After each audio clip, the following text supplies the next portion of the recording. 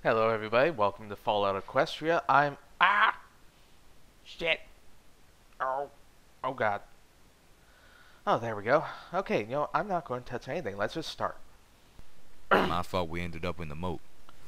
Hell, I don't even remember touching down. Me neither. Calamity, I called out weakly. Stop. Just... not your fault. That was all the energy I had to shout, and it left me panting. The orange-maned Pegasus poked his head through the curtain, hovering a pony's height off the floor. Lil Pip? I'm sorry. I thought you were asleep. Part of me regretted letting him see me like this. I was drenched in sweat. My coat was matted to my skin beneath. I hadn't bathed since being dropped in the mud. I shook my head, then weakly hoof-waved him in. The Pegasus landed to pass through the doorway, stepping up to the old, stained mattress that served as my bed. "Can I get you anything? Water? A blanket?" He frowned. "Not sure we got any of those. And the water here ain't exactly the best, neither." Yeah, you guys are but I fucked. asked for neither. "Calamity, thank you," I said, smiling as best as I could. "Velvet and I both owe you our lives. You were... awesome." He shook his head. "Thanks all the same for saying, but..." "But nothing. It's been hard and hurtful on all of us.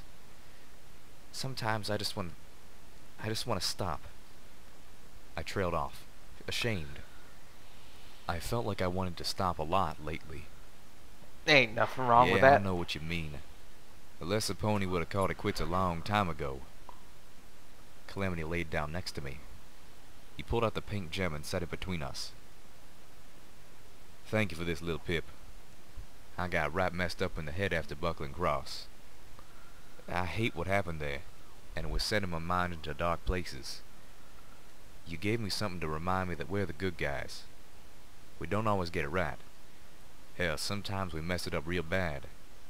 But we keep trying, and there are folk better off thanks to us."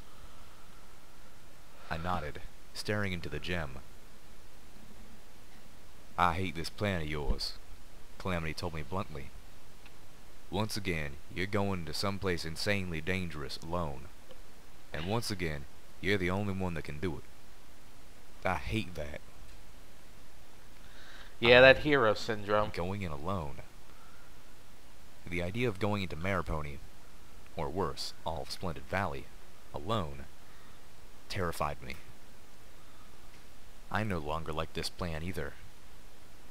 On the other hoof, it didn't exactly surprise me. I knew myself far too well. Any chance to spare my friends the danger, any way I could make this my burden alone, I would take it. I had done it again. "Y'all remember what that place did to us last time?" Calamity reminded me. "And we were all together then." "Calamity?" I asked, worried now. "What can you tell me about the plan?" Calamity blinked. His eyes widened as he realized what I was asking. "What? Y'all don't know? I mean, I know you had your memories removed, but you really don't know nothing about the plan." Now he was beginning to panic. "Didn't you even, leave yourself any notes?" "Notes? Where would I stopped. Damn it, of course. My pit buck. Yeah, How could I have not thought of that before? dumbass. Slowly, Oh man, I I'm lifted my right I'm- foreleg, my gaze sliding to the dead screen of my pit buck. Calamity, you rebooted Steelhooves' armor, right? Is he able to move again?" I felt supremely stupid and foolish. Calamity winced. Actually no." My eyes widened. Steelhooves had been immobile this whole time? "Turns out, it ain't exactly as easy as it looks. I ain't a certified pickbuck technician, and toast repair pony after all." "Well then, I started to pull myself off of the mattress, determined that Steelhooves not remain paralyzed a moment longer. My forelegs trembled, and my stomach shot me a queasy warning. I looked around, but the mop bucket wasn't back yet. I laid back down, putting a hoof over my muzzle and trying to force my insides to remain still. "Could you please, bring him in here?" My head was swimming again. Trying to remember just what I needed to do was like slogging through belly-deep sludge. I needed tools, the Spell Matrix Master Key, and something to reboot him from. "Also, could you fetch my utility barding and... You borrowed magically powered armor from some pony, right?" I'll do my best," Calamity said, looking chagrined. "He's, kinda heavy." I nodded, wondering how they got Steelhooves inside in the first place. Or out of the water. My eyes widened as I remembered something else. There was a shot. Calamity started, jumping up and looking around. "Where? You sure? I didn't hear nothing." I shook my head, whimpering slightly at how sick the sudden movement made me feel. "No, before. At the lake.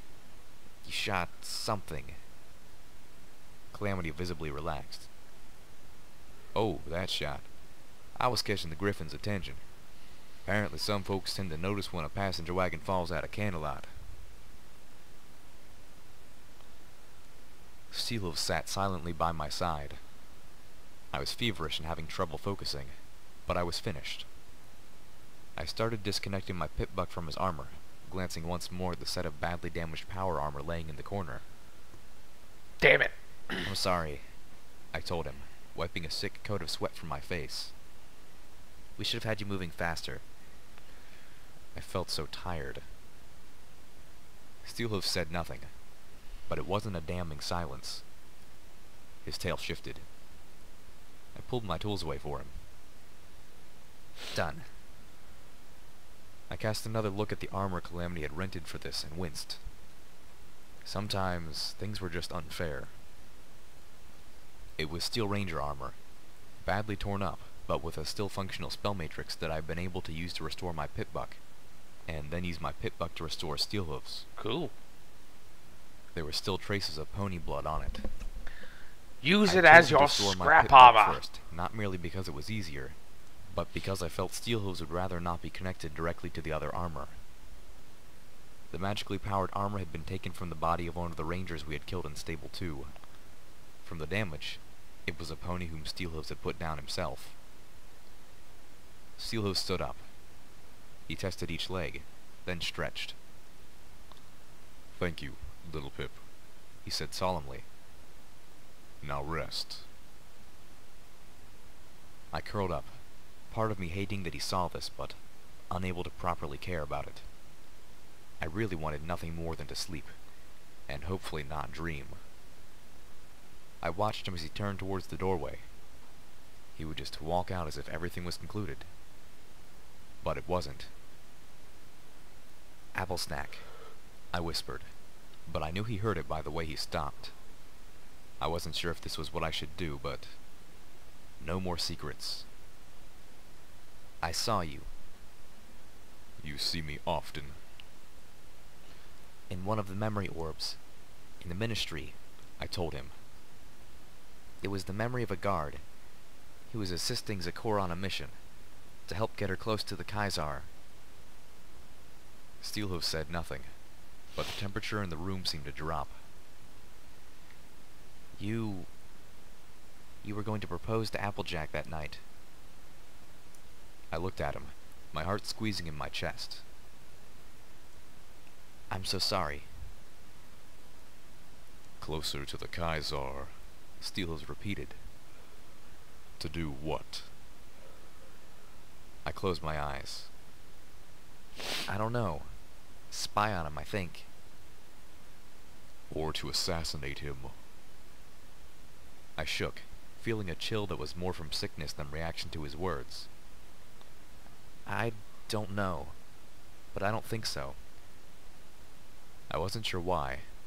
Maybe it was the way Zakora had worried about pony deaths, or how her inexpert fighting skills had caused her to likely kill my host by accident. But I just didn't feel like Zecora was that kind of a killer. I cringed as I realized that I was. She was a spy. Simmer down, Sally. Zecora ain't no spy. The world was filled with sharp-edged irony. Yeah. Steelhoof stood there, as unmoving as he had been all day. Finally, he said, "It wouldn't have mattered. Killing the Kaiser wouldn't have stopped the war. The Legatus Legionis would have simply stepped in, and if anything, he was worse." I swallowed, my mouth tasting filthy. Steelhooves, apple snack. I'm not judging you. I'm saying... What was I saying? I fought for words. I'm saying that I understand now. I know what you meant when you said I made it easier for you to live with yourself. And, for what it's worth, I'm sorry. He nickered. Applejack never knew the truth about Zecora either, I told him. And she loved you. She tried to fight for your relationship because she loved you. And, I think, because she understood. Not approved, but understood. Oh man, I'm out. So I've been working 2 13-hour shifts recently, and I think I caught a cold because I was getting up all night to run to the bathroom. I at least got diarrhea, so I'm not. Oh fuck my head. I just want to get this video out because it's been so long. Oh yeah, and fuck, my nose is running. Oh god, I hope I'm off tomorrow. I was trapped, buried alive, encased in a coffin of metal. There was no air. I couldn't breathe. Sounds, horrible, horrible sounds came at me out of the darkness. Warping, unearthly tones, rending sounds, the sounds of saws. I tried to back away, but there was no room. My backside hit a smooth surface, not metal, but glass, and I felt a shock of cold. My hooves splashed into the sticky warmth of blood. I could smell the sick, coppery stench. My healing booth coffin was filling with it. You cut a bloody swath through them. How many ponies are dead tonight because of you, little Pip? Velvet Remedy's voice echoed accusingly, provoking a sickening deja vu. How many ponies have you slaughtered? The blood was the blood of Arbu. It sure didn't take you long to become a mass murderer, did it, little Pip?